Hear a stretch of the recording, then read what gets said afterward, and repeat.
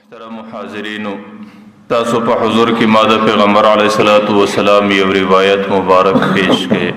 د دې روایت راوی حضرت عبدالله ابن عمر ابن عاص رضی الله عنه دی چې هغه د حضرت عمرو بن العاص رضی الله عنه بچی او د پیغمبر علیه الصلاۃ والسلام په ډیر جلیل القدر او په ډیرو لوی صحابو کې بهترین انسانو او ډیر زاهد صحابي او ډیر عابد صحابي او د زندګۍ او د ورځې او د شپې ډیره حساب د هغې په عبادت کې تیرېدله. چونکې د هغې زندګي په مدینه منوره کې وله، نو مدینه منوره کې د هغې پلار حضرت عاص رضی الله عنه حضرت عمرو بن العاص هغې ته په یو شریف خاندان کې او په یو ډیر بهترین خاندان کې د نکاح کولو بندوبست وکړ. نو د حضرت عبدالله نکاح وسوله او پلار ډیره شریفه زنانه ور پیدا کړه چې هغه زنانه د داسې خاندان سره و چې د هغې شرافت، د هغې عزت، د هغې تقوا او د هغې ښه زندګي په ټوله مدینه منوره کې مشهوره وله. چې کله د حضرت عبدالله ابن عمر ابن عاص رضی الله عنه واده وسو او هغه زنانه راله د ده په کور کې د ده د زنانې په شکل باندې زندګي روانه کړه.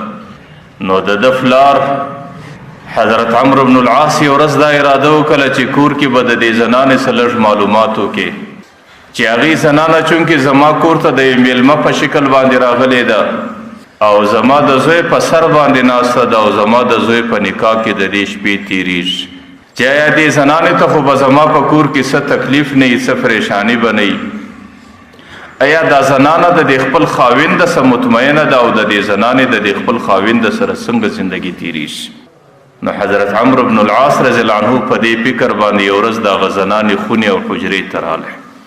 پر هغه زنانه باندې د پوښتنې کولو دپاره او د دې معلوماتو کولو دپاره چې د دې زنانې زما د دې بچي سره چې کوم تعلق او حقوق دي، ایا زما بچی هغه حقوق ادا کوي او که نه ادا کوي.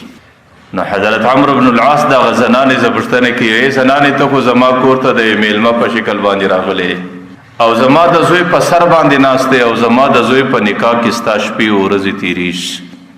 یوه مسله دا پوښتمه چې زما په کور کې خو به تا ته څه مشکل او پریشاني نه وي، که چیرې زما په کور کې تا ته څه مشکل او پریشاني د هغې تذکره او یاداشت ماته وکړه. او دویم د دې خپل خاوند چې ستا خاوند زما بچی دی د هغې متعلق لږ معلومات غواړم، هغې تا په دې کور کې څنګه سړی وبالی، د هغې زندګي ستا سره څنګه تېرېږي، ایا ستا زندګي د هغې څه مطمئنه ده او که نه ده؟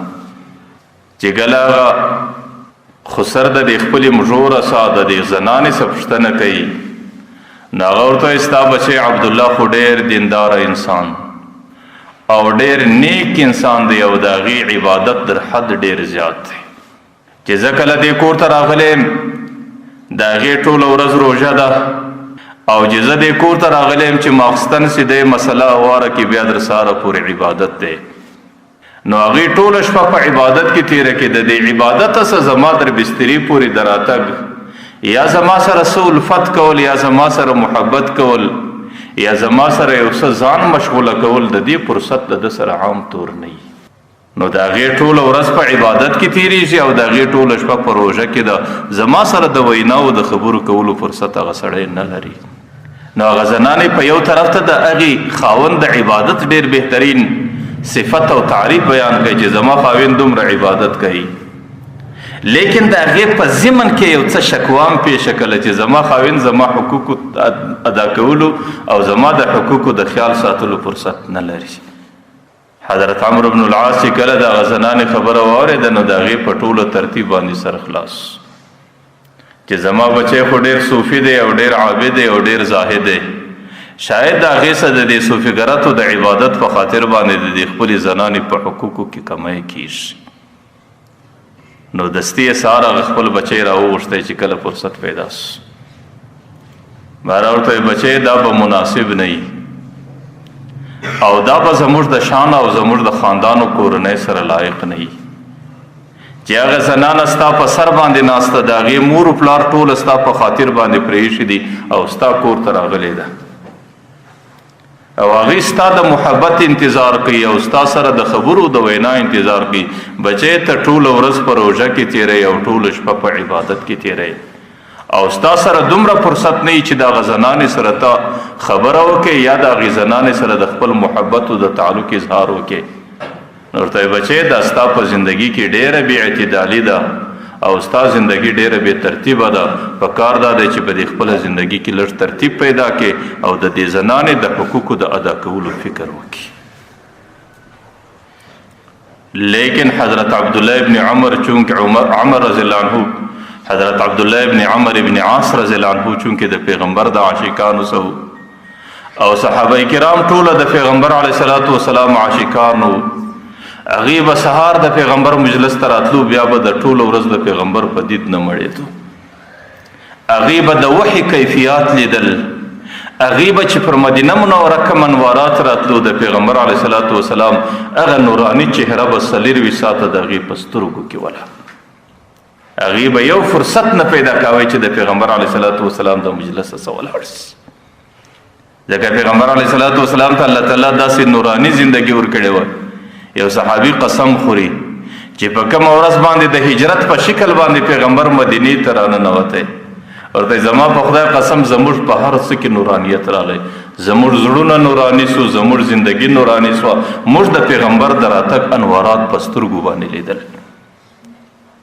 لیکن چې په کومه ورځ باندې پیغمبر علیه السلام د زندګۍ د مدینې سره رخصت سو او هغې د دنیا د زندګۍ سره رخصت سو، هغه صحابي بیا قسم خوري چې موږ د پیغمبر د قبر خاورې اړولې او زموږ لاسونه په دې خاورو باندې لړلي وو.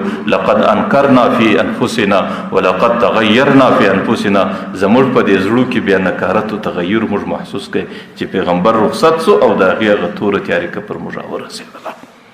د هغې هغه انوارات ختم سو او انوارات چې په کوم ځای کې ختم سي په هغه ځای کې تیاریکي راځي. نو ځکه د پیغمبر د انواراتو څخه د بېنسبۍ او د محرومۍ او د هغې څخه د بې برخې کېدو ترتیب موږ هلته بیا په زړو کې محسوس کړئ چې لاسونه مې لا د پیغمبر د قبر په خارو لړلي.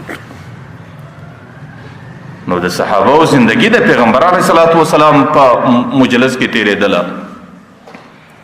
د هغې زړونه د پیغمبر د مجلس په انواراتو منور وو. د هغې زندگی به همیشه په عبادت کې وه. د هغې ورځ په عبادت کې، د هغې شپه په عبادت کې.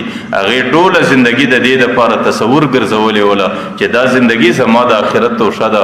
په دې زندگی کې به زه د آخرت دپاره یو ترتیب څنګه برابر کړم او زما زندگی به په دې شکل باندې څنګه تېره سي چې زه د زندګۍ سره رخصت سم او زه د الله تعالی حضور ته ورسم. الله تعالی زما سره راضي. ځکه هغې د پیغمبر څخه دا اورېدلي و رضوان من الله اکبر. د الله تعالی لږ رضا پیدا کول دا د انسان دپاره ډېر لوی شی دی. نو ځکه حضرت عبدالله ابن عمر ابن عاص د پیغمبر د دغه صحابه سو او د هغې به ځکه ټوله ورځ روژه وه، زندګي یې په دې کې تېروله او ماخستن به بیا پر مسله باندې کښېناستی تر سهاره به عبادت. ما درته ویل دا د ټولو صحابو دا شان